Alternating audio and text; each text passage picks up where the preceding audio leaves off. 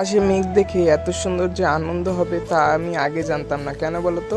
এই দেখো মাছগুলোকে খাবার দিয়ে দিচ্ছিলাম, অনেক দিন ধরেও মাছগুলোকে একটু দেখি না, মাছগুলোকে দেখে একটু খাবার দিলাম।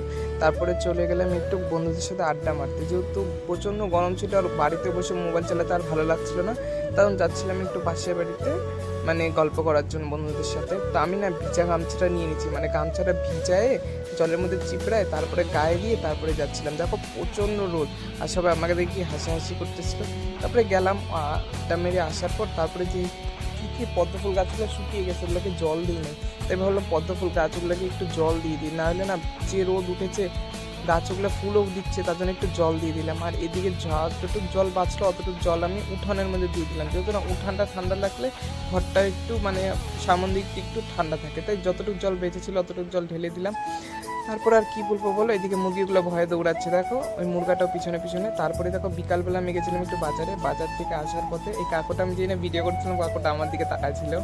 তারপরে এই বলে, তো আজকের ব্লগটাই অবধি বন্ধুরা, দেখা হচ্ছে আবার অন্য কোনো ব্লগে, টাটা।